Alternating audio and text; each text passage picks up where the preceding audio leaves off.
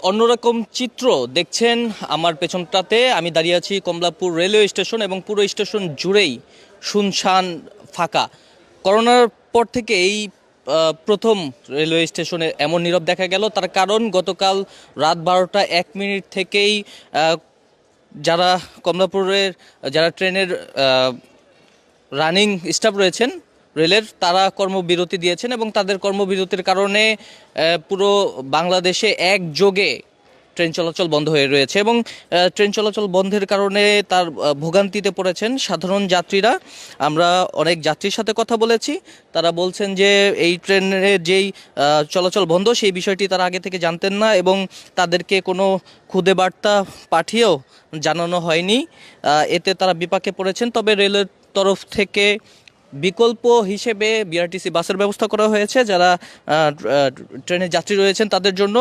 কিন্তু সাধারণ যাত্রীরা যারা ট্রেনের যাত্রী তারা বলছেন যে না, বিআরটিসি বাসে দূর যাত্রা খুব একটা সুখকর হবে না, তাদের অনেক ভোগান্তির পোহাতে হবে। এজন্য তারা এটি নিয়েও বেশ শঙ্কার মধ্যে রয়েছেন। এছাড়া অনেকেই আমরা আজকে দেখেছি রেল উপদেষ্টা ফাউজুল কবির তিনি এসেছিলেন কমলাপুর রেলওয়ে স্টেশনে। তিনি কথা বলেছেন এখানে গণমাধ্যম কর্মীদের সাথে এবং তিনি জানিয়েছেন যে যাত্রীদেরকে আসলে এভাবে ভোগান্তিতে ফেলে কোনো তারা দাবি আদায়ের পক্ষে তারা নন এবং তারা অনুরোধ জানিয়েছেন যে তাদের এই আলোচনার মাধ্যমে তাদের এই দাবি দেওয়ার বিষয়টি সুরাহা করতে কর্মবিরতি থেকে ফিরে আসার জন্য। এবং গতকাল রাতেও আমরা দেখেছি রেলপথ মন্ত্রণালয় থেকে সরকারের তরফে আহ্বান জানানো হয়েছে যাতে কর্মবিরতি ঘোষণা করা না হয়। তারপরও গতকাল রাত 12টা 1 মিনিট থেকে কর্মবিরতিতে গিয়েছেন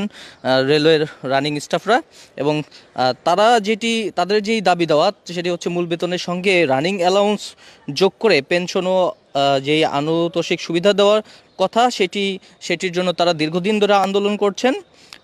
এই কারণে এর আগেও তারা বেশ কয়েকবার হুঁশিয়ারি দিয়েছিলেন কর্মবিরতিতে যাওয়ার, তবে তাদের দাবি দেওয়ার বিষয়টি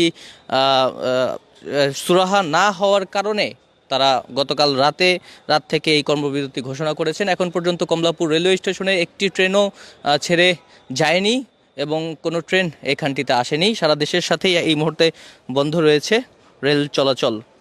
তো এই মুহূর্তে আমরা যেটি জানতে পেরেছি যে স্টাফদের সাথে আলোচনা চলছে, তাদের সাথে হয়তো খুব শীঘ্রই একটা সিদ্ধান্ত আসতে পারে।